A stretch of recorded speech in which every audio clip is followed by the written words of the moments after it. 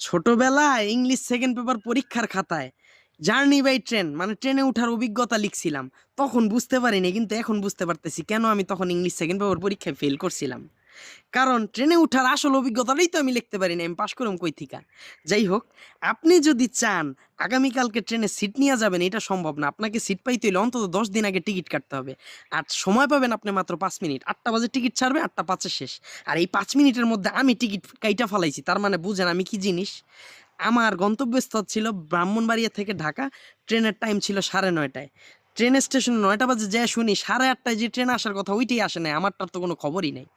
3 ঘন্টা বইসা থাকার পরে খবর পাইছি যেই ট্রেন 8:30টায় আসার কথা ছিল ওইটা আর আসবে না, আমার ট্রেনটাই আসতেছে ঠিক 12টা বাজে।